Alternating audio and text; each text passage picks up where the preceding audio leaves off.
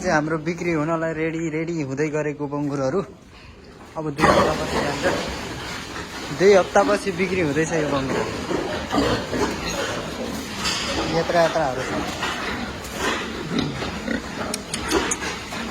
के गर्दैछ? चकचक गर्ने होइन है, चकचक।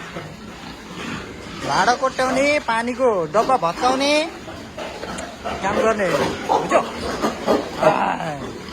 किन उफ्रिया?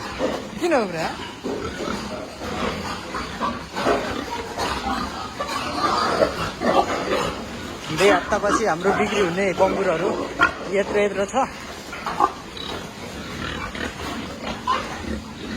आज अलि गर्मी रहेछ। ए सिक्क्या दुरी मुहे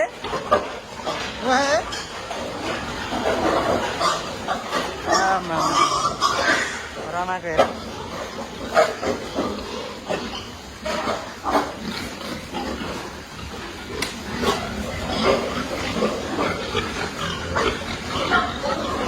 खोर चाहिँ यसरी बनाउँदा राम्रो होला।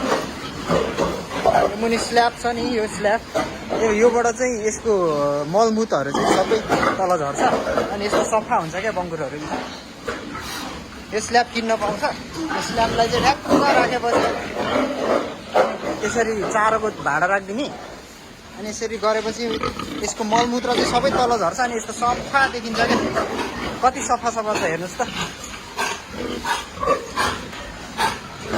स्ल्याब ओछ्याउने क्या, यो सिमेन्टीको स्ल्याब सबै यसको मलमूत्र एउटै छैन बाँकी। यहाँ यस्तो सफा भएर बस्छ कि। यो आइडिया लगाउँदा राम्रो हुन्छ। यो आइडिया चाहिँ बेटर हुन्छ है नेपालमा बङ्गुर पाल्दाखेरि। त्यो सिमेन्टी प्लास्टर गरेर राख्नुभन्दा यो मुनि ट्याङ्की बनाउनुपर्छ अलि गहिरो है। ट्याङ्की छ यो मुनि गहिरो। ट्याङ्कीको चाहिँ यो मलमूत्र तानेपछि बाहिर निस्किने ठाउँ बनाउनुपर्छ।